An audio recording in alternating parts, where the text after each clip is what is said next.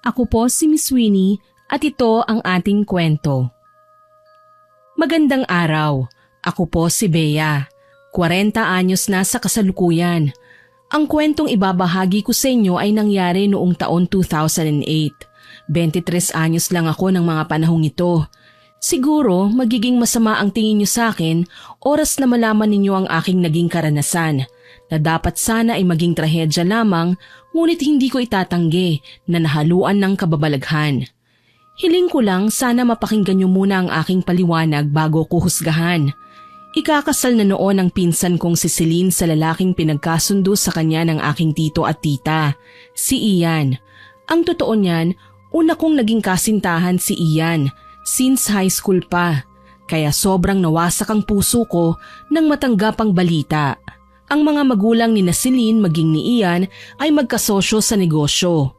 Umaasa silang mapapalago ito kapag nagkatuluyan ng kanilang mga anak. Ang problema, buntis na ako. At si Ian ang ama. Ian, ano na? Nasabi mo na ba sa kanila? Hindi pwedeng matuloy ang kasal niyo ng aking pinsan. Alam mo naman na magkakaanak na tayo. Anong gusto mong gawin ko? Ipagtapat kina mama at papa ang totoo nang atakein sa puso ang nanay ko? Alam mo naman na sakitin siya eh. So ganun na lang yon. Parang pinaglaruan mo lang ako. Paano ang anak natin? Susustentuhan ko siya.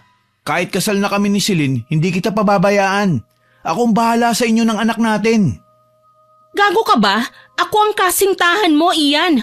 Huwag mong sabihing magiging kabit ako. Hindi ako papayag. Kapag hindi ka naghanap ng paraan, guguluhin ko ang kasal ninyo. Kapag may mangyaring masama sa mga magulang ko, ikaw ang mananagot, Bea. Kahit nanay ka pa ng magiging anak ko, talagang ikaw ang babagsakan ko ng sisi.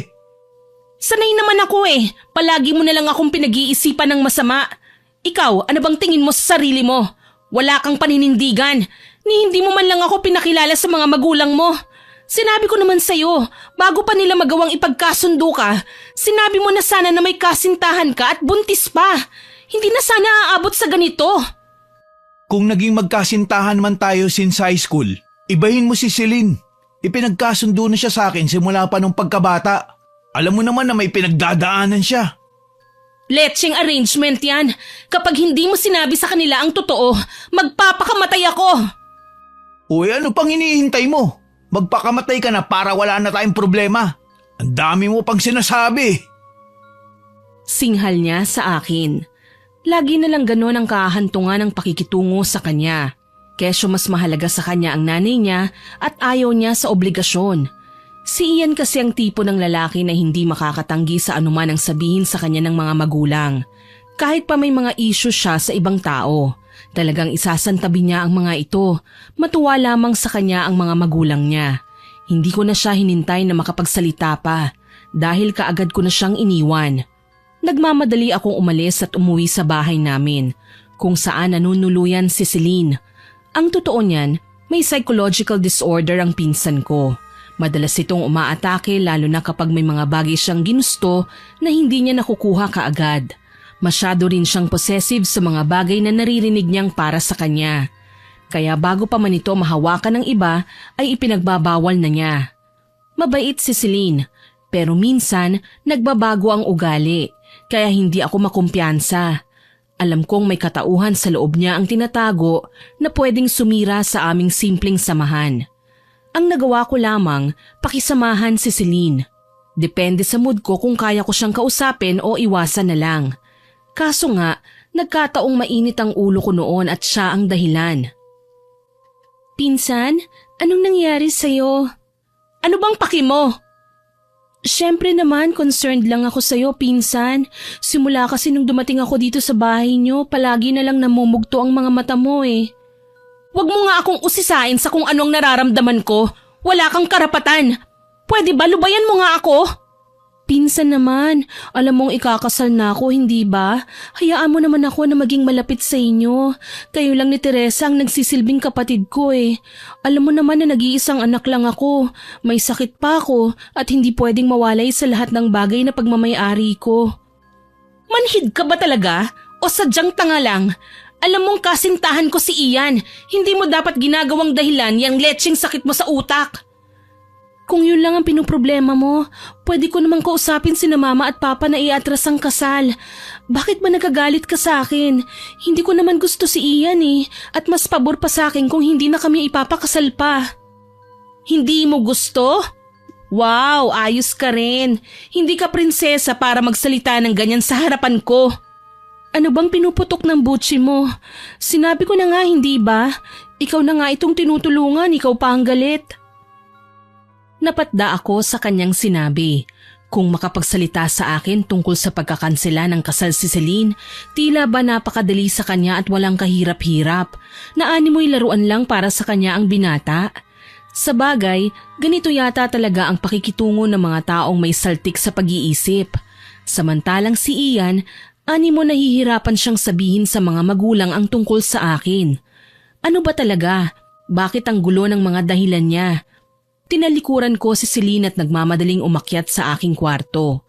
Hindi ko na napigilang mapahikbi, sabay siksik ng aking sarili sa ulunan ng kama. Kapag nahalata na ang aking tiyan, hindi ko na alam kung ano pang ipapaliwanag ko sa aking mga magulang. Siguradong sasaktan ako ni Papa at ipapahiya sa aking mga kaibigan. Tuloy, kinuha ko ang cellphone at tinawagan si Ian. Ano na naman ba ang kailangan mo, Bea? Di ba't nag-usap na tayo? Parang awa mo na, Ian. Sabihin mo na sa kanila ang tungkol sa atin. Hindi ko na kayang manatiling ganito. Alin ba sa pinag-usapan natin kanina ang hindi mo naintindihan, Bea? Utang na loob mo na akong pahirapan pa. Bakit hindi mo magawang tanggihan ng mga magulang mo? Bakit si Celine? Kay daling sinabi niya sa akin na kayang-kaya naman niyang ipatigil ang kasal anumang oras man niyang naisin. Ano ba talaga, Ian? Sabihin mo nga sa akin ang totoo. Oo na, paprangkahin na kita. Mahal ko si Celine. Siya ang gusto kong maging asawa at hindi ikaw. Kaya sana, tigilan mo ng pagtawag sa akin at malapit na kami ikasal. Saka ipalaglag mo na yung nasa sinapupunan mo. Kung kailangan mo ng aborsyonista, ako mismo maghahanap para sa'yo. Napakahayop mo! Hindi ka tao! Magkasing baliw nga kayo ng babaeng pakakasalan mo! Pwes magdusa ka! Hindi ko ipapalaglag ang batang ito!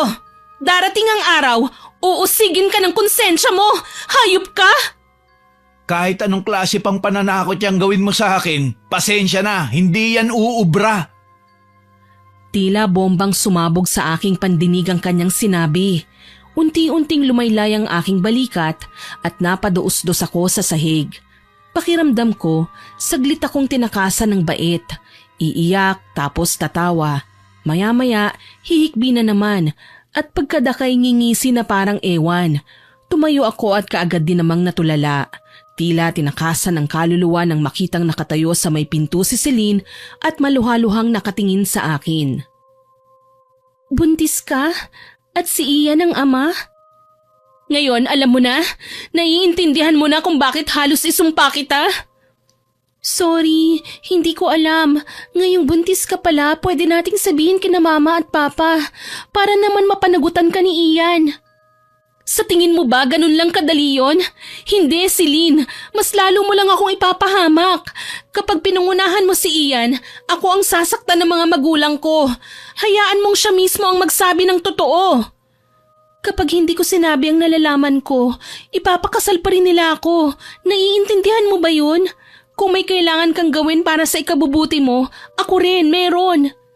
Ano ba ang gagawin mo? Kakausapin ko ang mga magulang ko. Nataranta ako nang lumabas siya ng kwarto. Alam kong hindi nagbibiro si Celine at maghahanap siya ng paraan para ipaalam sa kanyang mga magulang ang kanyang nalalaman. May telepono naman at isang tawag lang niya sa mga ito, susugod kaagad ang kanyang mama at papa sa aming bahay kahit nasa kalagitnaan ito ng pag-aasikaso ng kanilang restaurant na pinagsososyohan nila ng mga magulang ni Ian. Kaagad ko siyang sinundan. Naghablutan kami sa may bintana. Lalo na at walang tao sa bahay. Wala kaming mga kasambahay dahil kahit kaya naming kumuha ay hindi kami sinanay ng aming mga magulang sa marangyang pamumuhay. Bago pa man siya makatakbo sa telepono, walang habas ko na siyang itinulak sa hagdan. Alam kong mali ang nagawa ko, pero nabigla ako. Sa kagustuhang kailangan munang si Ian ang maunang magtapat nun sa mga magulang niya. Hindi ako nakagalaw nang makita siyang paulit-ulit na gumugulong sa bawat baitang hanggang sa mabagok ang ulo niya sa sahig. Malakas yun, alam ko, dahil dahan-dahan na nagdugo ang parting noo niya. Hintakot na nagsisisigaw ako at sa ganoong tagpo na abutan ng mga magulang ko. Gimbal na tinanong nila ako kung ano ang nangyari. Kaya nang humabi ang dila ko ng kasinungalingan, nagtuloy-tuloy na yon hanggang sa isugod na namin siya sa ospital. Wala akong kasalanan. Lumabas lang ako sa kwarto at nakita siyang nakahandusay sa sahig sa baba kaya nagsisisigaw ako. Paliwanag ko sa kanila. Nalaman ni Ian ang nangyari at kaagad na pumunta ng pagamutan. Habang nasa emergency room si Celine, nagkaroon ako ng pagkakataon na iwasan ng lalaking minamahal ko. Kaso lang, sinundan niya ako at hinablot ang aking braso. Mag-usap nga tayo, babae. Ano ba, Ian? Nasasaktan ako. Hindi pa ito ang pananakit na kaya kong gawin sa'yo oras na malaman ko ang totoo. Ngayon sabihin mo, may kinalaman ka ba sa pagkakahulog ni Celine sa hagdan? Itinulak mo ba siya? Ano? So pinagbibintangan mo ko? Hindi pa ako ganun kadesperada para lang manulak ng tao sa hagdan. Dapat nga akong magwala, hindi ba? Pagkatapos mo kong gamitin, pagbuntunan ng init ng katawan, heto't itatapon mo na lang ako na parang bula. Bakit? Dahil nakuha mo na ang gusto mo sa akin? Kakalimutan mo na lang ang pinagsamahan natin simula pa ng high school? Ano? Dahil sa tingin mo sariwa si Celine? Gago ka? Baliw ang babaeng ipapalit mo sa akin. Ang dami mong satsat. Isa lang ang tinatanong ko. Tinulak mo ba si Celine? Hindi. Wala akong ginagawa na ikasasama niya. Kaya pwede ba lubayan mo na ako? Oras na may mangyaring masama kay Celine at nakapagsumbong siya sa akin, mananagot ka, Bea. Ako mismo ang papatay sa'yo. E di subukan mo. Sa akala mo ba natatakot ako sa'yo? Wala kang paninindigan. Hayop ka! Nagmamadali ko siyang tinalikuran sabay pasok sa banyo. Doon ako umiyak ng umiyak. Gusto kong manlumo sa aking ginawa. Nagkawatak-watak na ang komposisyon ko sa sarili. Nanulak ako ng tao sa hagdan at nagsinungaling pa sa aking mga magulang. Tuloy maging kina tito at tita ay hindi ko magawang makatingin ng maayos. Nakukonsensya ako. Kaya naman kaagad akong umalis ng ospital at umuwi sa bahay. Saktong kadarating lang ni Ate Teresa kaya umiiyak akong yumakap sa kanya. Bea, umuwi kaagad ako nang malaman ko ang nangyari kay Celine. Nadisgrasya daw si pinsan. Ate, wala po akong kasalanan. Tulungan mo ko, ate.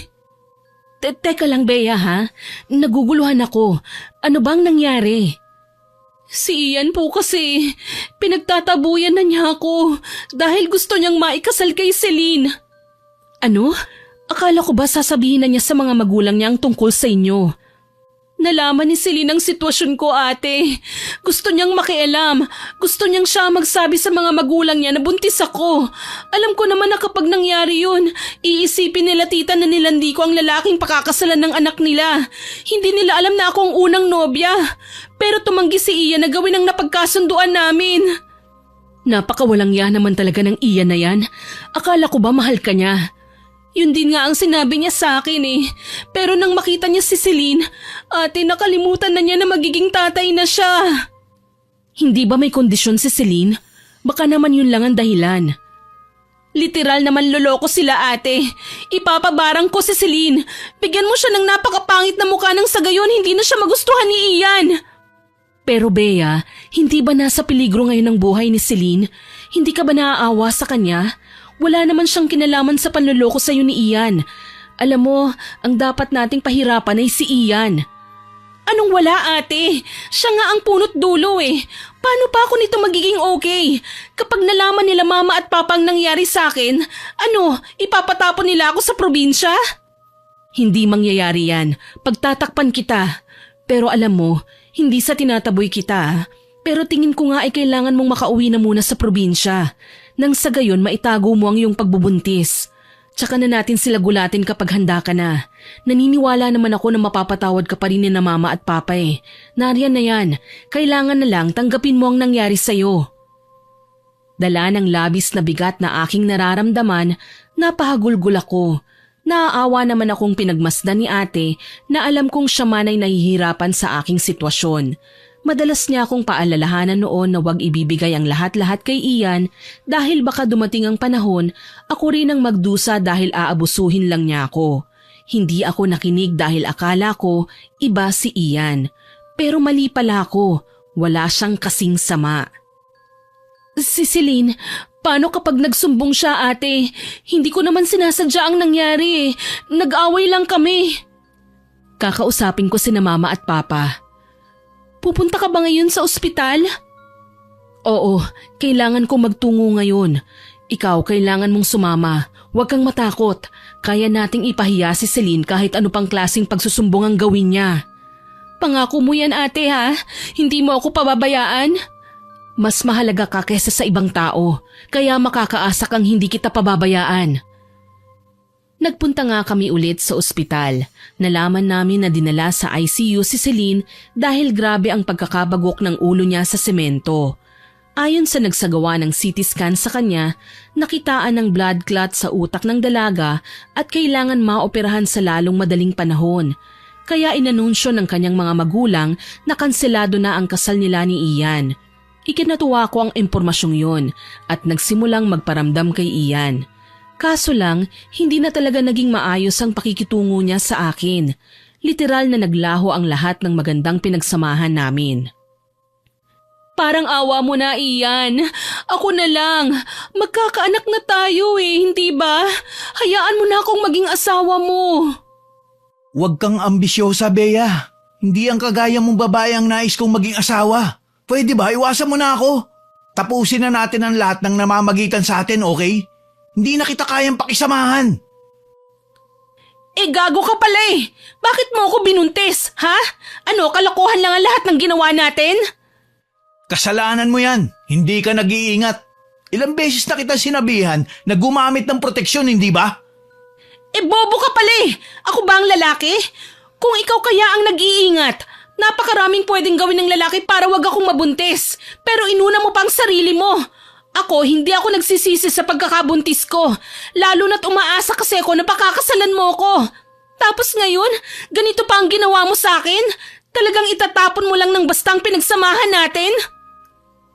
Ang dami mo pang dahilan. Katangahan mo lang naman ang rason kung bakit ka napunta sa sitwasyong yan. Ipalaglag mo na yan Kailangan wala na ang bata kapag ikinakasal na kami ni Celine. Hindi ka magiging masaya sa gagawin mo. Baka nakakalimutan mo, sa ginawa mo sa akin, walang karmang maganda para sa'yo, Ian. Ingat lang sa sobrang pananakit sa akin. At baka sa susunod, ikaw naman ang makalasap ng sakit. Huwag mo akong tinatakot. Ang sabihin mo lang, naiinis ka dahil naiinggit ka sa pinsan mo. Napaiyak ako ng todo sa kanyang sinabi. Hindi ko alam kung ano ang gagawin ko ng mga sandaling yon. Lantara na talaga. Wala na akong halaga para sa kanya. Lalong hindi na niya ako mahal. Tuloy, galit na nilayasan ko siya at umuwi sa bahay. Gumawa ako ng sulat para sa aking mga magulang. Humihingi ako ng paumanhin sa pamamagitan ng pagsasabi ko sa kanila sa tunay kong sitwasyon. Ipinagtapat ko sa aking mga magulang na nagdadalang tao ako. Wala na akong pakialam kung ano pa ang magiging reaksyon ni Ian. Damay-damay na kami, kesa naman ako lang mag-isa ang magdusa. Ang mahalaga, maisahan ko siya. Nagmadali ako sa pag-iempake ng aking mga gamit at umalis. Sinabi ko na lang sa mga kasama ko sa bahay na sa probinsya ako pupunta. Mainam na ito kesa mapuno ako ng panghuhusga sa sarili kong pamilya. Hindi ko na kaya. Nalaman ni ate ang aking ginawa at hindi na ako nagtaka pa nang sumunod siya sa akin makalipas ang 2 linggo. Sobra akong nag-alala nang umalis ka, kaya kita sinundan ngayon. Hindi mo naman ako kailangan sundan ate, ayos lang naman ako dito. Napagtanto kong tama rin naman ang sinabi mo, kesa sa hintayin ko pa ang pagtaboy sa akin nila mama at papa. Nagalit sina mama at papa, oo. Pero nang nalaman nilang nauna ka nang pumunta rito, hindi na sila nagkomento pa. Alam mo naman sila, hindi ba? Kapakanan lang natin ang iniisip nila. Kaso lang nagdrama si Ian nang kumprontahin siya ng ating mga magulang.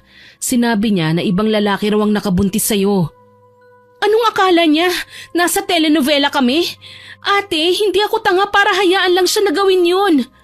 Alam ko at naaawa ako sa'yo. Mukhang hindi na natin kailangan patagalin ng bagay na ito. Kapag hinayaan natin si Ian, talagang gagawa siya ng paraan para matakasan ang obligasyon niya. Hindi mo ko dapat kaawaan, ate. Alam mo kung anong dapat nating gawin? I-dispatch siya si Celine. Siya ang dahilan kung bakit nasira ang ulo ni Ian. Pasensya na sa pagsira ko sa pantasya mo, Bea. Pero hindi natin pwedeng gawin yan. Bakit? Kumakampi ka na ngayon sa kanya?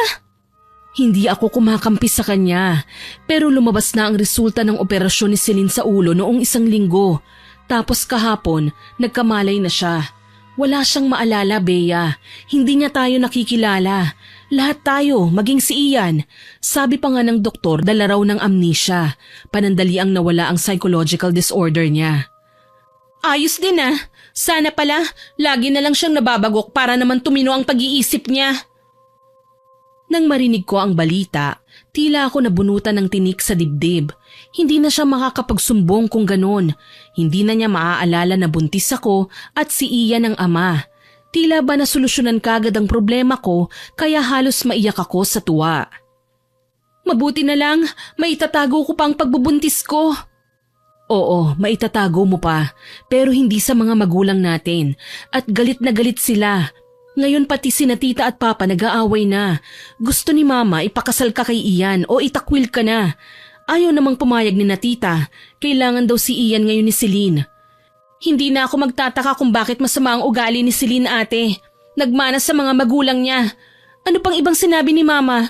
Pinauuwi ba nila ako? Hindi. Sobrang nagtampo sina mama at papa sa'yo.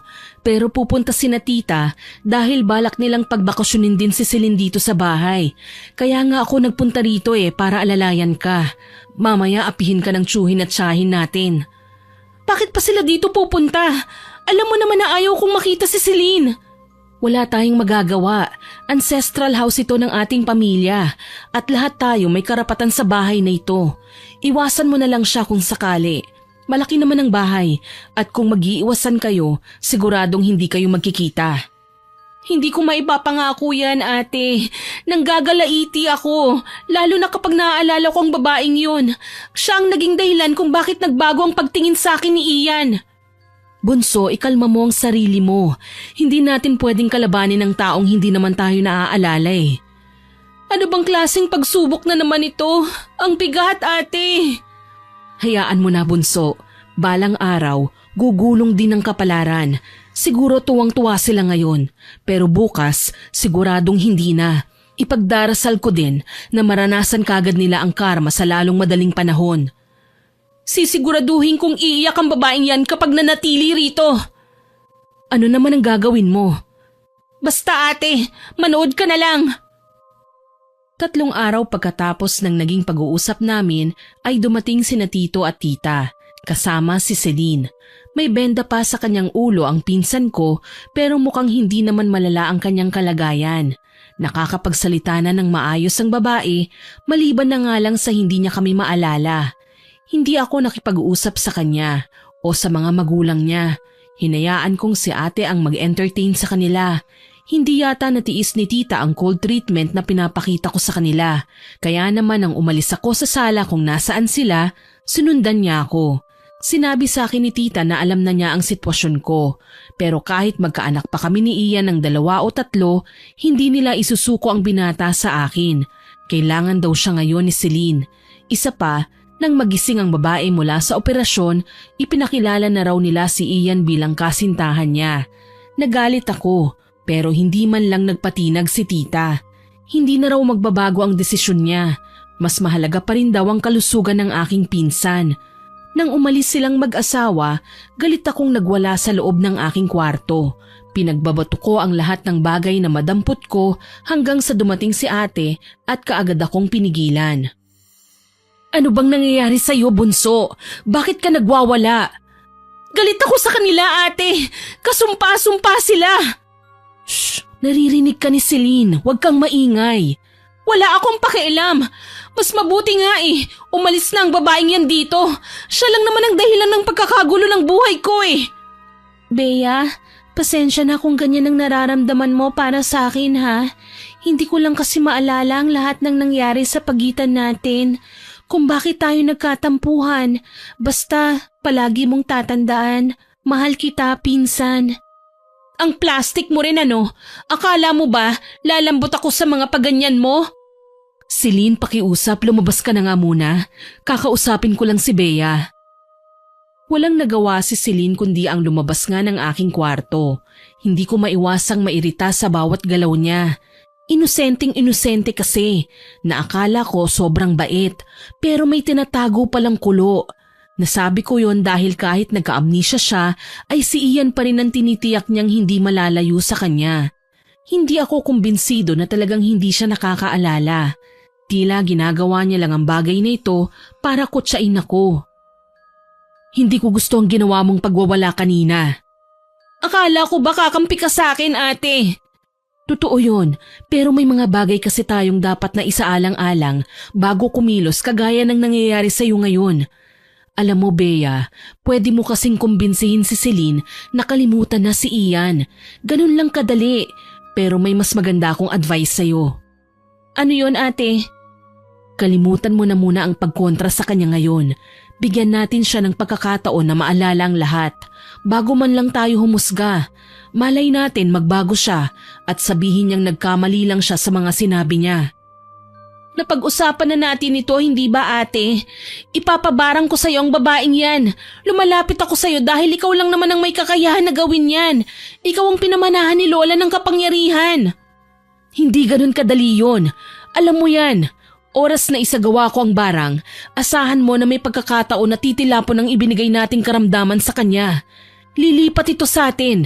Kung ano ang gagawin natin kay Celine, 10 beses itong magbibigay ng parusa sa atin. Siguro kay Ian pwede kong gawin at oras na makahanap ako ng pagkakataon, ibibigay ko ang parusa para sa lalaking yun. Sa ngayon, huwag ka na munang gumawa ng hakbang na ikai-stress mo at ng baby. Kung ganon, pagbibigyan kita ate. Pero hindi ako papayag na magtagpo ang landas namin sa bahay na ito. Sakali man na makasalubong ko siya, huwag mo nang asahan na hindi ko siya sasaktan. Aaminin ko, maraming naiinis sa ugali ko. Mula sa mga kaibigan, kakilala at kaanak. Pero anong magagawa ko? Ito lang naman ang tunay na ako. Ayokong magpakasanta kagaya ni Celine na aakalain ng sino man na mabait, pero hindi naman pala. Nasa loob lang ang kulo ng babae, hindi pa ipinapakita sa pagnanais niyang makuha ang lahat ng gusto niya. Salamat na lang, tila nakakaramdam din si Celine na ayaw ko siyang makausap. Hindi na kasi niya ako nilalapitan pa o hinahanapan ng paraan para makasama sa iisang lugar. Sa paglipas ng panahon, lumalaki na ang aking tiyan. Nagiging halata na ito. Unti-unti ko nang natatanggap na hindi nga para sa akin si Ian. Siguro nawalan lang ng direksyon ng buhay ko nang malaman kong hindi na kami magkakatuluyan. Kahit sino naman siguro, ganun ang mararamdaman, lalo na kapag nagdadalang tao pa. Siguro nasasaktan pa rin ako pero mas kailangan kong pagtuunan ng pansin ang sarili ko. Ako rin naman ang makakaayos ng lahat ng ito eh. Isang araw, nagpaalam sa akin si ate. May kailangan siyang puntahan sa bayan. Ayos ka lang ba kung maiwan na muna kita? Naubusan tayo ng stock sa kusina eh. Bakit ikaw pa ang aalis ate? Alam mo naman na kailangan kita rito eh. Yang bruha na lang ang utusan mo. Bea, alam mo naman na hindi nakakaalala si Celine. Paano kung maligaw yan? Mas mabuti nga yun eh, nang mawala na siya sa buhay natin. Pero sige na nga, bilisan mo ah. Sus, kailan ba ako nagtagal sa pag-alis? Mabilis lang to, pangako. Tumango na lang ako at hinatid siya sa main door. May kotse naman si ate kaya nagagawa niyang umalis kahit malayo kami sa bayan. Sinadya talaga ng mga magulang ko na patayuan ng ancestral house ang dating bahay ng yumao kong lolo at lola para mabawasan man lang ang usap-usapan ng mga tao doon tungkol sa aming pinagmulang lahi, na mga mambabarang daw kami. Pero hindi nila alam kahit may reputasyong ganun ang aking lola, hindi niya ipinapasa sa lahat ng apo niya ang kanyang kapangyarihan. Pumipili lang siya ng isa at si ate nga ang napamanahan niya. Noong una ayaw ni ate tanggapin ang pamana. Kaso lang, wala siyang magagawa. Magdurusa kasi si Lola kapag hindi na ilipat sa iba ang kanyang kakayahan. Naisip ko nga, sana ako na lang ang nagkaroon ng ganong klaseng kakayahan. Di sana'y nagawa ko na ang matagal ko nang gustong gawin kay Celine. Iba kasi si ate. Kahit kapatid niya ako at mahal na mahal, hindi naman niya kinukonsinti ang mga kalokohan ko. Palagi niyang sinasabi na hindi mabuting gawain ng mambarang. Lalong wala siyang balak na sundan ang yapak ni Lola. Ang pagiging mambabarang niya ang ginagamit niya sa kabutihan sa pamamagitan ng pananambal. Yun nga lang, tsaka niya ginagamit ang kakayahang mambarang kapag sobra na ang nararanasan naming pagdurusa at kailangan ng mahinto. Naputol ang aking pagmumuni-muni nang lumapit sa akin si Celine. "Kumusta ka, pinsan? Mukhang hindi tayo nagpapang-apot ah." Oo, abala kasi ko eh." "Sa bagay, malaki ng tiyan mo ah. Nagpapacheck up ka na ba?" Hindi na kailangan. Bala ko nang dumiretso na lang sa klinik kapag manganganak na ako. Tsaka bakit bang dami mong tanong? Nananabik na kasi kung makita ang anak mo. Hindi ba at pamangkin ko rin naman yan kasi magpinsa naman tayo? Talaga bang may amnesia ka o nagpapanggap lang? Para kasing hindi naman totoo ang pagbabait-baitan mo eh. Alam mo, nahihirapan akong isipin kung ano bang kasalanan ko at kailangan mo kong pagsupladahan. Pero ayos lang, naiintindihan pa rin kita. Kapag bumalik na ang memorya mo, siguradong hindi mo na ako maiintindihan. Siya nga pala, nakausap ko kanina sa telepono ang boyfriend ko. Okay lang naman siguro kung dalawin niya ako rito, ano? Huwag kang mag-alala, pagsisikapan namin na hindi ka maabala. Kaagad na nawala ang ngisi ko sa muka nang banggitin niya sa akin si Ian. Talagang kasintahan niya ang tingin niya sa lalaki kahit hindi naman sila naging opisyal. Gayunpaman, hinayaan ko na lamang siya kahit wala siyang sagot na nakuha sa akin. Sa katunayan, tinalikuran ko siya matapos kong irapan. Nagkulong na lang ako sa kwarto hanggang sa dumating si ate. Kaagad niya akong pinuntahan at kinausap. Nasa baba si Ian at kausap si Celine. Alam mo ba ito? Ate, hindi ko na kailangan sagutin yan. Hayaan mo na sila. Ang mahalaga, hindi nila ako pinapakialaman. Ngayon ko lang napagtanto, napaka-insensitive nila para maglambingan gayong narito ka sa taas at ang lalaki pang tatay ng dinadala mo. Sabi ko nga hindi ba? Pero ang nangyari, ako pa ang lumalabas na masama. Ako pa ang kontrabida. Yun nga ang ikinaaangal ko eh. Lalo na dumagdag pa sa suliranin ko ang mga magulang ni Celine na kasing bulok niya ang pag-uugali. Talagang kinukonsinti nila ang anak nilang malandi. Maliban pa ron, may ambag din sa pasakit mo ang mama at papa natin. Na sa halip na suportahan ka, gusto ka pa nilang itakwil. Iniisip nila na inagaw mo si Ian kay Celine kaya akala nila ito ang dahilan ng pag-aaway niyong dalawa. Akala nila ikaw ang kahihiyan. Wala tayong magagawa dyan ate. Iba ang paborito nila eh. Napansin mo rin ba, magiliw sila kay Celine? Di bali na lang, nandito naman ako eh at hindi kita pababayaan. Kung ayaw nila sa'yo, hayaan na natin. Salamat ate ha. Hindi ko alam kung anong gagawin ko kapag nawala ka eh. O siya, maiwan na muna kita ha. Sa kusina lang ako at ipaghahanda ka ng pagkain. Napakabuti mo ate. Ang swerte ko talaga sa'yo. Sus, umiral na naman yung kalambingan mo. Naging okay naman ako sa paglipas ng mga oras. Kahit alam kong masayang magkasama sina Celine at Ian sa babalang ng bahay, hindi ako namatay. Expression lang pala yung kasabihang mamamatay ako kapag wala ka. Dahil hindi naman ako napano. Ang totoo niyan, naiirita lang ako. Nagkulong na lang talaga ako hanggang sa sumapit ang hapunan at nagutom ako. Si ate ang nagluluto ng pagkain na kinagiliwan ko na simula nang dumating ako sa ancestral house. Kaso lang, nagulat ako nang sa halip na si ate ay si Celine at Ian ang nakita ko sa kusina. Nanlaki kagad ang mga mata ng huli nang makita niya ako.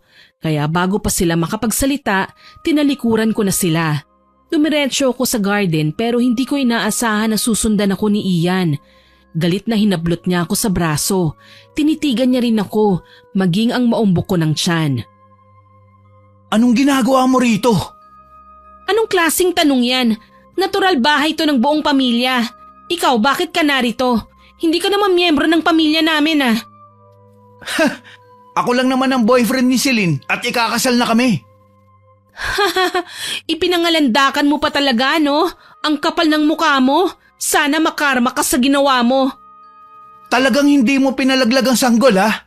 Ang kapal ng mukha mong babae ka. Talagang sinasadya mong guluhin ang relasyon namin ni Celine. Teka lang ha, hindi ako kasing demonyo mo kaya binuhay ko ang anak ko. Bago ka magwala, nauna pa ako dito nang dumating kesa kay Celine. Ngayon, wag na wag niyo akong pakikialaman dahil kahit kailan, hindi ko nilalapitan ng babaeng ipinalit mo sa akin. Ian, bakit mo sinasaktan ang pinsan ko? May problema ba? Kitang-kita ko ang pamumutla sa mukha ni Ian nang marinig niya ang boses ni Celine. Hindi niya siguro akalain na susundan din siya ng babae. Sa kabilang banda, gusto ko ring mairita sa kanya. May amnesia pa nga siya, natatakot ng maagawan. Nang mabawi ko nga ang aking braso, masama kong tinignan si Ian. Wala talagang hiya ang lalaki. Pagkatapos ng panloloko niyang ginawa sa akin, nagawa pa niya akong saktan.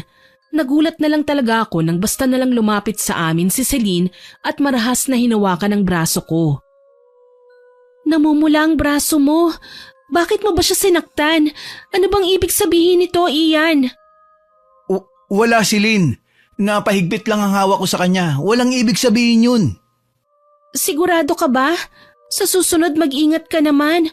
Buntis ang pinsan ko at masela ng balat niya. Sige, hindi na mauulit. Humingi ka ng paumanhin kay Bea. Pasensya na, Bea. Bea, nasa study room kasi si ate, may kausap sa telepono. Gusto mo bang sumabay na lang muna sa amin na maghapunan? Hindi na kailangan, babalik na lang muna ako sa kwarto ko. Sige, kapag may kailangan ka magsabi ka lang ha. Kahit may amnesia ako, wala namang problema sa katawan ko. Magagawa kitang tulungan sa kahit na anong kailangan mo. Gustuhin mang umikot ng aking mga mata, pinigilan ko ang aking sarili. Mukha talaga siyang concerned na concerned. Tuloy mas lalo akong nairita, mas lalong nagiging masama. Sa halip na magpasalamat sa kanya, umalis ako at iniwan siya. Muli nagkulong ako sa aking kwarto. Mahigit 1 oras ako doon nang kumatok naman si ate habang tinatawag ako. Nabalitaan ko mula kay Celine na nagpang-abot kayo ni Ian. Ano bang nangyari? Ayun, kung ano-ano na naman ang binintang niya sa akin. Sinaktan pa ako ng gago. Ano? Napakawalang yan naman pala ng lalaking yan ah. Siya pa talagang may ganang gumawa ng kalokohan dito sa bahay. Akala niya yata ate, maghahabol pa ako sa kanya. Kahit alam kong mabilis akong nakaiwas sa kanya ngayon ate, hindi pa rin talaga ako nakakapag-move on.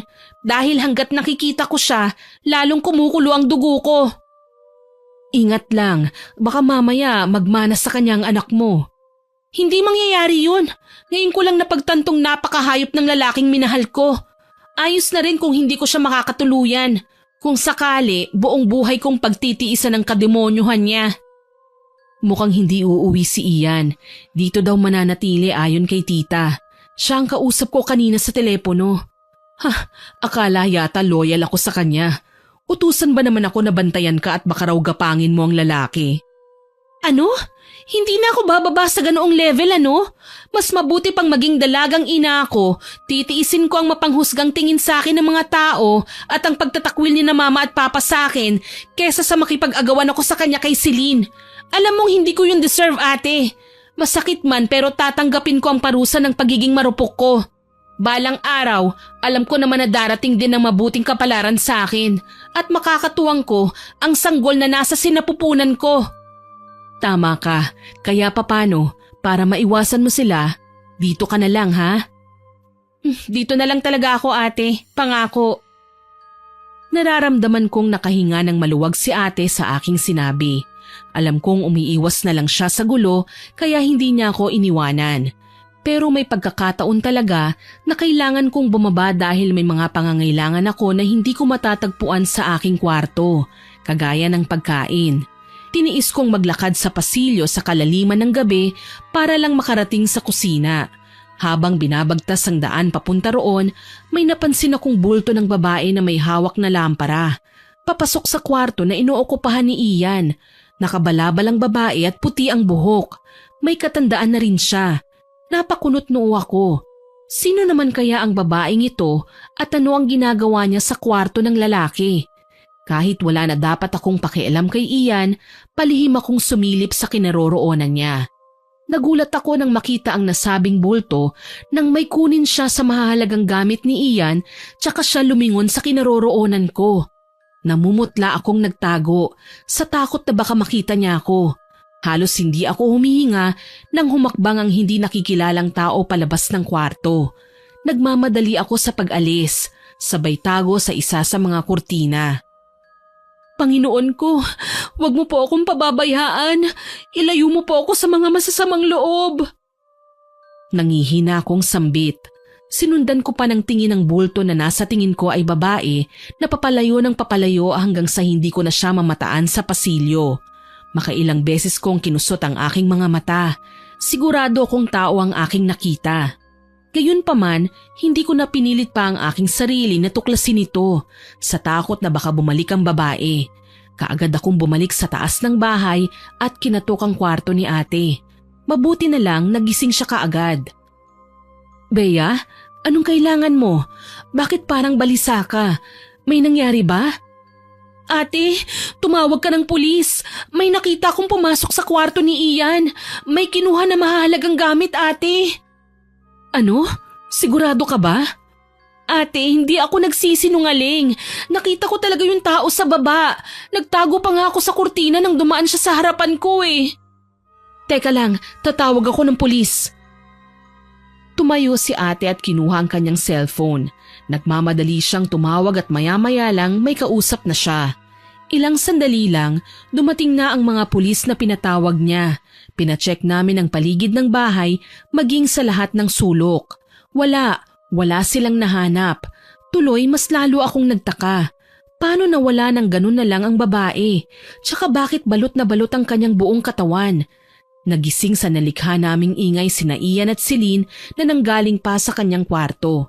Nagtataka sa naroong pulis. Anong nangyayari?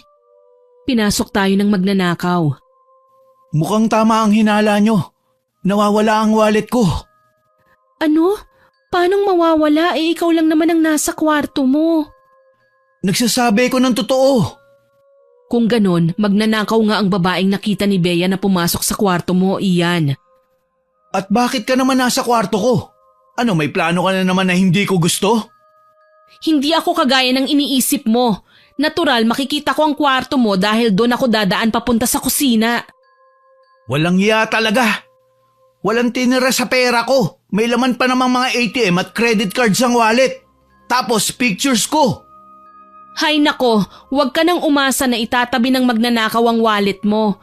Oras na makita niya ang pera at ATM, sigurado ibabasura niya ang pagmumukha mo. Alam siguro ng magnanakaw na isa kang bangungot. Talagang pinapainit mo ang ulo ko, no? Wag mong susubukan na saktan ng kapatid ko, Ian. Malilintikan ka sa akin. Baka naman gusto mong ikaw pang ipahuli ko. Tama na, babe. Pasalamat ka na lang kay Bea na nireport niya sa pulis ang nangyari. Kung nagkataon, baka nga ikaw pang manakaw. Napaikot ko kagad ang aking mga mata sa narinig. Pasimpleng landian pa ang dalawa na labis kong ikinainis. Hindi na lamang ako sumagot at inis na iniwan sila sa sala kasama ang mga pulis. Kinaumagahan, dito na nagsimula ang mga kakatuwang nangyayari kay Ian. Sa banyo pa lang, nagsisigaw na ang lalaki. Nang daluhan siya ni Celine, basta na lang tumingin ulit sa sahig si Ian. Ano bang nangyayari sa'yo, babe? Ang daming palaka sa banyo kanina. Palaka? Paano magkakaroon ng palaka rito? Kalilinis lang ng kasambaya. Totoo ang sinasabi ko. Bakit naman ako magsisinungaling? Alam ko kung ano ang nakita ko. Alam mo, puyat lang yan. Ang mabuti pa maligo ka na. Baka kasi nananaginip ka pa eh. Bakit ba kasi ayaw mong maniwala? Halos malunod ako sa dami ng palaka na nasa banyo. Biglang natawa si ate nang marinig ang sinabi ni Ian. Napakunot noo tuloy ako.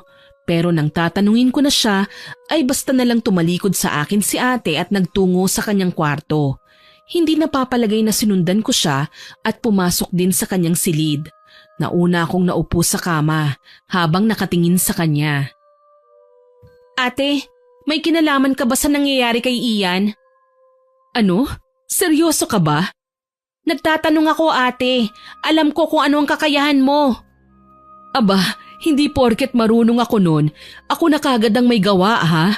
Hindi ko pa nakukuha ang go signal mo para gawin ang mga bagay na yon. Kung hindi ikaw, sino? Abay malay ko. Dati ayaw ko siyang masaktan, pero ngayon hindi ko alam kung bakit natutuwa ako habang nakikita ang sindak sa kanyang muka. Malamang sinaktan ka niya eh. Masaya ka na nakikita siyang nagdurusa. Alam mo, bilib nga ako sa'yo eh, kasi nagagawa mong maging normal kahit kaharap mo pa siya. Kung ako yan, aba, ayoko na siyang makita. Ate, hindi masaya ang maghigante nang hindi nakikita ang muka ng taong nais nating pagdusahin. Dapat lang sa kanya yan. Huwag kang mag-alala, wala pa naman akong ginagawang masama sa kanya eh. Ang sa akin lang, oras na makita ko siyang sinasaktan ka, doon siya humanda. Talagang hindi ko siya sasantuhin. Pagkatapos ng naging pag-uusap naming yon ni ate, naging magaan na kahit papaano ang aking kalooban. Alam kong nagdurusa na ang lalaking walang ibang ginawa kundi ang saktan lang ang puso ko. Nagpalipas din ng 1 linggo ang binata bago bumalik ng Maynila. Sa telepono ko na lang napapansin sina Celine at Ian na nag-uusap. Kabuanan ko na nang mapansin kong nanumbalik na ang mga dating kinahiligan ni Celine. Nag-iiba na rin ang pakikitungo niya sa akin. Hanggang sa isang araw, kinumpronta na niya ako. Bea, paano mo nagawang umakto na inosente? Parang wala kang ginawang masama sa akin ah. At ano naman ang ginawa ko sa'yo? Huwag kang magkunwari na wala kang alam. Itinulak mo ako sa hagdanan. Oo, aaminin ko. Nagawa ko yun dahil na rin sa kapangahasan mo. Wala kang karapatan na pakialaman lahat ng nangyayari sa buhay ko. Alam ko naman eh, bumabalik na ang memorya mo. Nagpapanggap ka lang na walang maalala dahil gusto mo rin si Ian. Pwes sayong-sayo na siya. Magsama kayo sa impyerno. Akala mo ba masaya ako na nandito ka? Bait-baita ng peg pero hayop pala? Pareho lang tayo, Bea.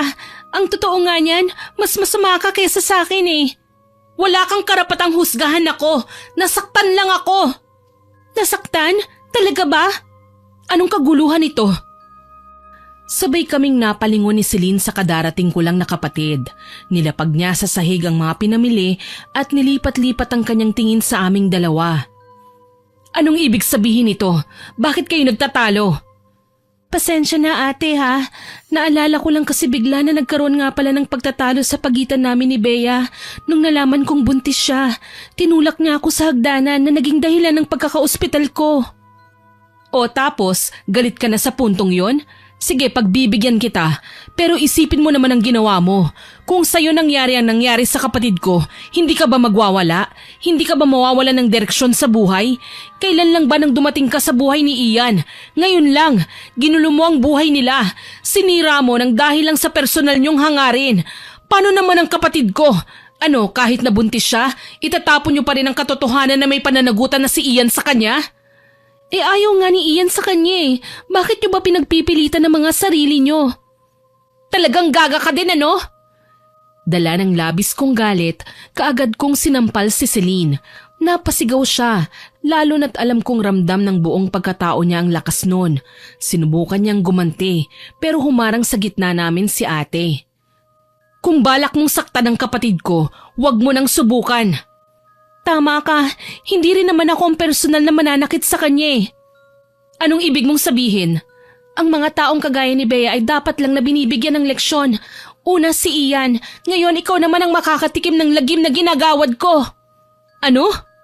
Hayaan mo na ang babaeng yan ate, nababaliw na siya, bumabalik na ang sakit niya sa utak. Hinila ko si ate sabay talikod sa kanya. Humakbang na kami papunta sa kwarto nang marinig naming nagsalita ng hindi ko maintindihan na lengguwahe si Celine.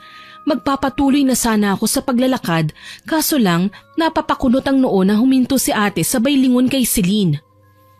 Teka lang, orasyon yan ah. Orasyon para saan ate? Para sa pambabarang.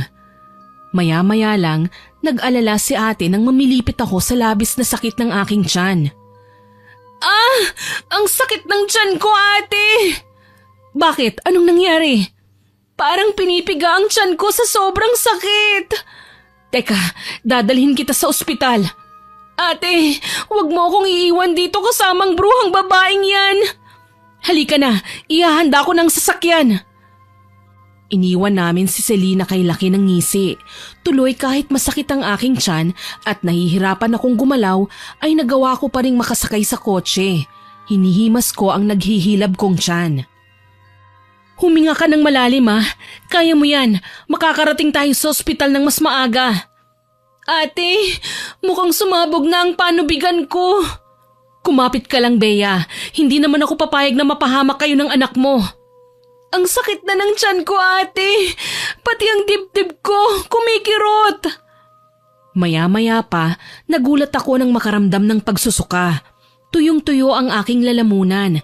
Nandidiri at tila ba may nakaharang sa lalamunan ko na ang sarap isuka. Hindi na ako nag-aksaya ng panahon. Sinuka ko na kagad ang bagay na yon. Nahinto sa paggalaw si ate nang sabay kaming napayuko sa kung ano man ang inilabas ng bibig ko. Mga dayami, kaya pala ani mo tinutusok ang dibdib ko sa sakit. Ilang sandali pa, nakita kong bumaba si ate ng kotse. May kinuha siya sa kanyang kwarto tsaka nagmamadaling pinasuot sa akin yon. Isang pulseras. Nagtiis din ako ng halos 3 oras mula sa biyahe. Pagdating sa klinik at tsaka ako nanganak. Naging matagumpay at maayos naman ang pagsilang ko sa sanggol na pinangalanan kong Blake. 4 na araw ang nakalipas, pwede na akong umuwi sa bahay. Inihahatid ako ni ate sa aking kwarto kasama ang sanggol. Namataan namin si Celine na nakasilip lang sa pinto ng kanyang kwarto. Hindi ko alam kung anong nasa isip niya. Kakaiba siya kumilos ng mga sandaling yun. At habang lumilipas ang oras, nagiging mas weirdo na siya sa paningin ko. Ate, may napapansin ka ba kay Celine? Oo, simula nang maganap ang kumprontahan sa pagitan yung dalawa, naging ganyan na siya. Madalas tulala, madalas wala sa sarili. Napapansin ko rin na palagi siyang may kausap na matandang babae sa bakuran kapag akala niya wala ako rito sa bahay. Matanda?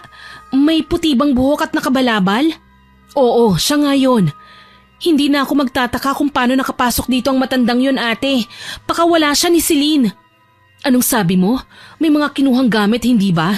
Kung ganun, matinik naman babarang ang nasabing ginang. Bakit mo nasabi yan, ate? Ilang araw matapos kong i-report sa mga pulis ang nakita mo, natagpuan ang pitaka ni Ian sa may bakuran. Kumpleto ang pera, ATM at credit cards. Ang nawawala lang talaga sa mga gamit niya ay ang picture niya at ang suklay. Picture at suklay? Anong klaseng magnanakaw siya kung ganon? Bayad na siya sa amo niya, kaya ang kailangan lang natin, malaman lang kung ano talaga ang inuutos sa kanya. Malamang kasali ka sa magiging biktima. Natatandaan mo ba ang pulseras na ibinigay ko sa'yo noong manganak ka? Natatandaan ko, ate. Bakit? Ano bang meron dito? Suot ko pa hanggang ngayon, no? Hindi ko naman magawang hubarin. Sinubukan kanilang barangin. Pinatikim nila sa'yo ang lagim na pwedeng idulot ng pambabarang. Kaya nakikiusap ako sa'yo, wag na wag mong tatanggalin yan. Ate, paano mo nalaman ang lahat ng ito? Nagsagawa ako ng pagtatawas nung minsang umuwi ako dito sa bahay para kumuha ng gamit mo. Napatunayan kong may halong pambabarang ang pagluluwal mo ng sanggol. Mangyayari yon sa oras na mailabas mo na ang bata. Ibang insekto ang papasok sa katawan mo para magsagawa ng milagro na hindi natuloy. Gusto ko pa sanang magsagawa ng ikalawang pagtatawas. Pero ngayong nabuking na natin si Celine, alam kong hindi na kailangan. Malalaman din natin kung saan naroon ang matanda. Dahil sa aking mga nalaman, nagsimula akong mag-alala. Nakahanda akong makipag-away sa kanya. Dati, dahil libre pa ako at walang ibang pinoprotektahan. Ngunit iba na ngayon. Pakiramdam ko kapag may inaway ako, maaapektuhan ang anak ko. Kaya kailangan kong ayusin ang gusot na ito. Marahil nasaktan ako, niloko. Pero nang makita ko ang anak ko, nakausad na ako. Samantalang si Celine, mukhang hindi pa. Mas lalo siyang lumalala. Minsan nga na nagkasabay kami sa kusina, bigla niya akong nginitian at titig na titig sa karga kong baby. Alam kong maldita ako, pero ng mga sandaling yon, bigla akong natakot. Ang cute ng baby mo, kamukha ni Ian. Ano, masarap ba siya sa kama? Kaya siguro makikipagpatayan ka sa akin para makuha siya, hindi ba? Naluloka ka na, Celine. Wala na akong pakialam sa inyo. Talaga? Huwag kang mag-alala. Igaganti kita sa ginawa niya sa'yo. Pero pahalik naman ang baby mo. Ayoko nga. Baka saktan mo pa ang anak ko. Ang arte mo naman, hahalikan ko lang si baby eh. Bigla siyang lumapit sa akin at nakipag-agawan sa sanggol. Nataranta ako nang umiyak ng malakas si baby. Iniwas ko siya kay Celine na nakita kong labis ang panggigigil. Sa puntong ito, dumating si ate at gulat na inawat ang babae. Mabuti na lang talaga, nagawa niya kaming ilayo kay Celine. Ano ba, Celine? Sinasaktan mo ang kapatid at pamangkin ko! Hindi ko sila sinasaktan. Gusto ko lang silang batiin. Mamamatay ng lalaking nagpahirap sa kanila. Anong sinabi mo? Sabi ko, mamamatay na si Ian. Pinabarang ko siya, alam nyo ba? Sa mga oras na to, malamang kinakain na niyang sarili niya hanggang sa maubos na. Hindi totoo yan! Nananaginip ka! Tawagan niyo siya para makatiyak kayo. Nagkatinginan kami ni ate sa kanyang sinabi. Alam kong hindi ako dapat na maniwala. Pero nagbabago na kasi ang galaw at ugali ni Celine. Mas lumalala siya. Lalo na hindi na niya naiinom ang mga gamot niya. Mabuti na lang nariyan si ate at hindi pinapatulan ng kanyang mga sinasabi. Palihim na rin siyang nakapagpatawag ng tulong kaya naman nang dumating ang mga taong akala ko ay maglalayo sa amin kay Celine, nagulantang ako. Ginapos nila ang babae gamit ang tela at tinurukan ng pampatulog para madala sa mental. Nang malaman ni na tito at tita ang ginawa namin kay Celine, gayon na lang ang pagwawala nila. Sunod-sunod na malas na daw ang sinapit nila mula sa akin, kay Ian at ngayon naman sa mismong anak nila. Wala naman kaming maayos na maisasagot kina tita at tito. Huli nilang sinabi ay palalabasin daw nila si Celine na hindi ko na napagtuunan ng pansin. Naabala kasi kami sa pagbisita kay Ian na noon ay nasa kanilang bahay. Matagal nang hindi lumalabas. Nang pagbuksan kami ni ate ng pinto ng kanyang ina, nagulat kami. Kaagad na biglang umiyak ang nanay ni Ian nang makita niyang karga ko ang anak namin. Nagmamakaawa na pagalingin daw namin ang kanyang anak at itatama ang pagkakamaling nagawa nila. Bala ko pa sanang magtanong pero ipinakita niya sa amin ang kasalukuyang sitwasyon ni Ian. Halos maiyak ako nang makita ang kalunos-lunos niyang itsura habang nakahiga sa kama. Ngumiti ng tipid si Ian sa akin. Wala na ang matikas niyang pangangatawan. Naglaho na ang kakisigan. Anong nangyari sa'yo, Ian? Nagsimula lang to nung makauwi ako galing sa probinsya nyo. Sumama na ang pakiramdam ko. Yung mga nakita mong palaka, may koneksyon ba yun? Hindi ko alam. Pero pakiwari ko, binigyan nila ako ng sakit sa balat. Masahol pa siya sa naaagnas na bangkay. Siguro, ito na ang resulta ng ginawa ni Celine, ate. Malinaw na pinabarang niya si Ian. Akala ko ba mahal niya ang lalaki? Bakit humantong sila sa ganito? Alam mo naman na baliw ang pinsan nating yun. Kaya niyang magpanggap na normal at walang sakit para lang maisakatuparan ng kabaliwan niya. Hindi ko alam kung anong mararamdaman ko. Naaawa ako kay Ian pero hindi ko siya magawang damayan. Hanggang ngayon, may parte pa rin sa puso ko ang nagsasabing buti na lang sa kanyang nangyaring yan. Patawarin mo ako sa naging katangahan ko, Bea. Niloko kita. Tama ka nga, ang karma ay kusang darating. Kung sino pa ang labis kong minamahal, ay siya pa ang magtutulak sa akin sa problemang ito. Hindi ko alam kung ano bang dapat kong sabihin sa'yo, Ian. Nasaktan mo na ako at alam mo kung ano ang magiging sagot ko sa ginawa mo. Hindi pa kita lubusang napapatawad, pero huwag kang mag-alala. Isasama kita sa aking mga dasal. Salamat, Bea. Salamat sa kabutihan mo. Umuwi na tayo, Bea. Baka ma-stress pa yung baby mo dahil may sakit ang papa niya. Anak ko lang ito, ate. Simula nang sabihin sa akin ni Ian na kailangang ipalaglag ang sanggol na dinadala ko, hindi ko na inisip na parte siya ng pagkatao ng anak ko. Naiintindihan kita. Kung ako man ang mapunta sa lugar mo, ganyan din ang mararamdaman ko. Sayang lang kasi kung kailan siya nagkasakit, tsaka pa siya naging mapagkumbaba. Dapat sana, noong nagkaatraso siya sa'yo, ginawa na niya yan. Patawarin niyo ako. Nakahanda akong tanggapin ano man ang masasakit na salitang sabihin at ibato niyo sa akin. Kasalanan ko naman ang lahat eh. Kasalanan ko kung bakit ako naging ganito. Kailangan na naming umalis. Dumalaw lang talaga kami. Pasensya na ha. Hindi kami ang susi para mawala ang karamdaman mo sa balat. Si Celine lang ang makakasagot niyan. Hindi na nakapagsalita pa si Ian pagkatapos ng aking sinabi. Alam kong nagsisisi na siya, pero yun ang ginusto niya. Hindi ko na magawang bumalik pa sa taong alam ko kung hanggang saan lang ang kaya niyang ibigay sa akin. Muli, bumiyahe kami pauwi sa ancestral house. Sa pagkakaalam ko, nagtatampo pa rin sa akin sina mama at papa, kaya hindi ko pa magawang magpakita sa kanila. Salamat na lang naiintindihan ako ni ate. Siya ang umaalalay sa akin at tumutulong sa lahat na bagay na nahihirapan ako. Pagdating namin sa ancestral house, nagulat ako nang makita ang matandang babaeng palaging kausap ni Celine noong hindi pa naipapadala sa mental hospital ang babae. Mga iha, kanina pa kasi ko kumakatok pero wala namang sumasagot. Ako nga pala si Aling Sylvia. Itatanong ko lang kung nasa loob ba si Celine. Ikaw? Ikaw ang mambabarang na palagi niyang kausap. Aba iha, mag-ingat ka sa mga paratang mo. Hindi mo alam kung ano ang kaya kong gawin. Hindi kita pinaparatangan. Sinasabi ko lang kung sino kang talaga. Nakakatuwa kayo. Porkit mayayaman matataas na kayong magsalita. Wala man lang po at opo. Sino ka ba para igalang namin? Hindi ko nakakalimutan ang ginawa mo sa kapatid ko. Tinaon mo talaga na manganganak siya. Oo nga Nakapanganak na ang babaeng kaaway ni Celine. Kita mo, lumabas din ang katotohanan. Ikaw ang mambabarang na nilapitan ng baliw kong pinsan. Kumalma ka, iha. Ginawa ko lang yon dahil malaki ang bayad sa akin. Ngayon, narito ko para maningil. Hintakot akong napatakbo sa gate nang lumingon sa akin si Aling Sylvia.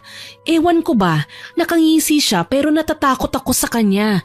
Parang anumang oras ay pwede siyang magbago ng anyo sa tindi ng panlalaki niya ng mga mata.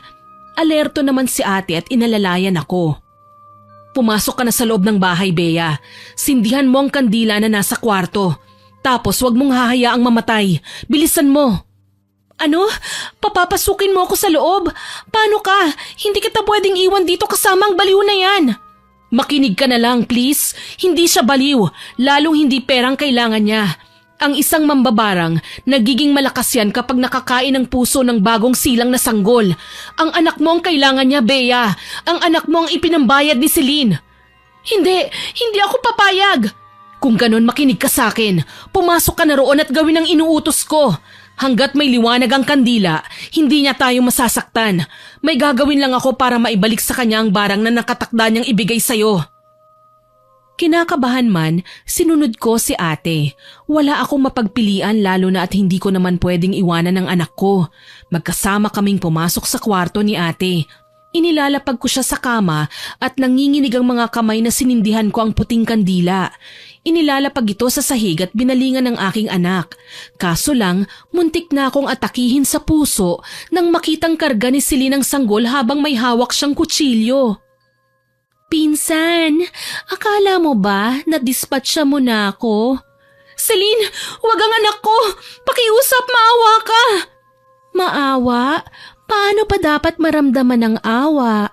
Celine, alam kong may mga bagay tayong hindi napagkasunduan. Pero pakiusap, wag ang anak ko. Wag ang bata. Wala naman siyang kasalanan eh. Tama ka, wala siyang kasalanan. Pero ako, anong kasalanan ko? Bakit mo ko tinulak sa hagdan? Hindi mo ba alam? Ipinaghiganti kita. Lumapit ako sa mambabarang para kitlan ng buhay ang manloloko na yan. Hindi ako nagka-amnesia, Bea. Ang kunwari ay pagkalimot ko sa inyo, parte na yun ang plano ko. Ang pagkagusto ko kay Ian, pagpapanggap ko lang yun. Hindi ako kailanman magkakagusto sa mga manggagamit. Anong ibig mong sabihin? Ginawa ko lang yun para mapapunta dito sa ancestral house si Ian. Ang sabi kasi ng mambabarang na kinontrata ko, mas magiging masakit ang karamdaman na pagdurusahan ni Ian kung siya mismo ang dadampot ng mga mahahalagang gamit na may koneksyon sa binata. Iibig sabihin, niloko mo kami? Nagsinungaling ka? Gusto ko lang naman na maging malapit sa inyo eh. Ikaw kasi inaway mo ako. Alam mo naman na wala akong malapit na kaibigan. Gusto kitang maging kaibigan, Bea. Kaso lang, ayaw mo yata sa akin eh. Nagsimula nang pumatak ang mga luha ko dahil sa labis na takot. Hindi ko alam kung paano kukunin ang anak ko mula sa pinsan ko. Miserable na si Celine. Wala na talaga siya sa katinuan. Nagsisimula ng mag-iba ang pananalita niya. Bakit ba siya pinalaya ng mga magulang niya? Pakiwari ko, para na rin akong mababaliw. Hanggang sa namataan ko ang isang manikang sanggol na laruan namin dati ni ate. Nilapitan ko ito at maingat na kinarga. Naging desperada na ako sa aking naisip. Celine, gusto mo laro tayo? Sige na, gusto mong makipagkaibigan sa akin, hindi ba? Kagaya ng inaasahan, nagliwanag ang mukha ni Celine. Patalon siyang lumapit sa akin habang panay naman ang dasal ko na sana wag siyang mapatid dahil umiiyak ng sanggol sa kanyang bisig. Ang ingay naman ng sanggol na to. Ihagis ko na kaya ito. Shh! Tahimik! Ang ingay-ingay mo! Pinsan, huwag mong ihahagis ang sanggol mo. Gusto mo palit tayo? Pangako, maglalaro tayo. Gagawin ko ang lahat, maging masaya ka lang. Teka, hindi pa tayo bati ah. Hindi ka pa nagsusorry sa pagtulak mo sa akin. Sorry na. Patawarin mo ko, Celine. Hindi ko sinasadya na maitulak ka. Pakiusap, magpalit na tayo. Sige na nga, palit na tayo. Ayoko na ng manikang to eh. Mabigat at maingay. Sabi niya na ang tinutukoy niya ay ang sanggol. Mabilis ngunit maingat kong kinuha sa bisig niya si Blake at inabot naman sa kanya ang laruang manika. Nang tanggapin niya ito, mahigpit na yakap ang iginawad ko sa sanggol. Muntik na siyang mapahamak. Nang mga sandaling yon, hindi na ako nag-isip pa. Kaagad akong tumakbo palabas. Galit na galit naman kaming hinabol ni Celine. Madaya ka, Bea! Layuan mo kami! Huwag mo kaming lalapitan! Akala mo ba hindi kita maaabutan? Ninakaw mo ang laruan ko! Sigaw niya at dumungaw sa ibaba kung nasaan ako. Yun nga lang, hindi ko inaasahan ang gagawin niyang hakbang. Maingat pero mabilis akong nakababa. Samantalang si Celine, tumalon mula sa ikalawang palapag pababa para lang maabutan ako. Ngunit hindi yun nangyari. Bumagsak siya sa marmol na sahig. Dilat ang mga mata, duguan at kaagad na binawian ng buhay. Halos mabaliw din ako sa aking nakita at walang mapagpipilian kundi ang magtatakbo palabas ng bahay. Naabutan ko sina ate at aling Sylvia na pareho pa ring umuusal ng mga ritual hanggang sa madaig nga ni ate ang mambabarang. Bumagsak ang ginang na nagdurugo ang bibig hanggang sa tuluyan na siyang nawalan ng malay. Nangihina naman akong niyakap ni ate, tila ba nagpapasalamat na makitang ligtas na ako. Salamat, walang nangyari sa inyo. Akala ko may umaatake na sa'yo kanina. Narinig ko kasi ang sigaw mo kanina eh. Nakawala si Celine ate. Muntik na niyang saktan si Blake. Buti na lang hindi natuloy. Hinabol niya kami pero tumalon siya kagad sa hagdan. Patay na si Celine. Nasa sahig siya ate. Shh, tahan na. Wala kang kasalanan sa nangyari sa kanya. Lahat ng naganap ngayon ay kagustuhan nila, okay? Huwag ka nang umiyak. Nakukonsensya kasi ko, ate. Ang dami niyang sinabi sa akin. Mga hinanakit niya at mga gustong gawin kasama tayo. Hindi ko man lang siya binigyan ng pagkakataon na mapalapit sa akin. Tinulak ko siya palayo. Yung tungkol sa barang, ginawa niya yun para ipagtanggol ako kay Ian, para iganti ang kasawian ko. Pero wala man lang ako naiganting mabuti sa kanya, ate. Namatay siyang may sama ng loob sa akin. Huwag mong isipin yon. Lahat ng nangyari sa atin ngayon may rason. Sana lang matuto tayong tanggapin ang mga bagay na alam nating hindi na kailanman magiging atin. Halimbawa na lang si Ian. Oo nga pala, si Aling Sylvia. Wala siyang malay, ate. Anong gagawin natin sa kanya? Tumawag na ako ng mga tanod. Mabuti na lang, may iilang kababayan tayong napadaan kanina. Nagulat sila at natakot nang makitang nagwawala si Aling Sylvia.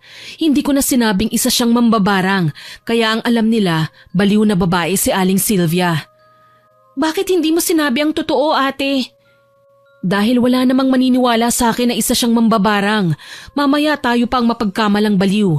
Mas mainam nang maitago ang ganitong kakayahan namin para na rin sa kaligtasan natin, Bea. Sabagay, tama ka naman, ate. Pero paano si Ian? Hindi ba't binarang siya ni Aling Sylvia? Natalo ko ang ginang. Ibig sabihin, lahat ng taong binarang niya makakawala na sa sumpa. Kasama na si Ian. Kaya huwag kang mag-alala, magiging okay na si Ian. Nayakap ko na lamang ang aking anak dala ng kaginhawahan at pagkatuwa. Kahit papano, naging okay na rin ang aking kalagayan at hindi na natataranta pa sa mga bagay-bagay. Nalaman nila tito at tita ang sinapit ni Celine. Labis ang galit nila sa amin. Pero alam ko naman na naipaliwanag na namin ng maayos ang aming parte at wala kaming kasalanan dahil kagustuhan ni Celine na tapusin ang buhay niya ng gabing yon. Sa ngayon, inaalagaan ko si Blake. Nagkaayos na kami ni na mama at papa at maging ni Ian. Kaso lang, hindi na talaga ako nakipagbalikan sa kanya. Minabuti ko na lamang naguguli ng aking sarili sa pag-aalaga ko kay Blake na sinusuportahan naman ng kanyang ama sa pinansyal na aspeto. Si ate naman, kasama ko pa rin hanggang ngayon. Siya ang katuwang ko sa pinatayo naming negosyo. Hindi ko akalaing kikita tayo sa negosyong ito, ate. Ang bilis ng pagtubo. Oo naman, basta nagsikap at nagtiyaga, aba malayo ang mararating. Maraming salamat, ate, Hindi ko akalain na pagdadaanan natin ang ganitong bagay. Pinagdaanan natin to para matiyak na magagawa na nating malampasan ang pagsubok na paparating. Maswerte pa rin ako, ate, kasi hindi mo kami pinabayaan ng pamangkin mo. Naging mabuti at maayos na ang buhay namin ni ate pagkatapos noon. Kinalimutan ko na ang masalimuot na pangyayari sa aking buhay. Umaasa ako na matatahimik na si Celine habang kami naman ay mas nagiging maingat na at mabuti sa kapwa. Lalo na sa mga nagnanais na makipaglapit sa amin. May mga panahong natatakot at nag-aalala pa rin ako. Yung mambabarang na umatake sa amin at sinubukan akong barangin ay hindi pa rin namamatay. Natatakot ako na baka bigla na naman niyang maisipang gumamit ng kapangyarihang itim para makapanakit ng tao. Pero sinabi sa akin ni ate na hindi nalalapit pa sa amin ang ginang dahil nadaig na siya ng kapatid ko. Takot lang niya kapag nabueltahan siya ng karamdamang siya rin naman ang may gawa. Hanggang dito na lamang po. More power po sa inyong channel at God bless. Naway kapulutan ninyo ng aral ang aking ibinahaging kwento. Hanggang sa muli, ako po si Miss Winnie na nagpapasalamat sa inyong pakikinig.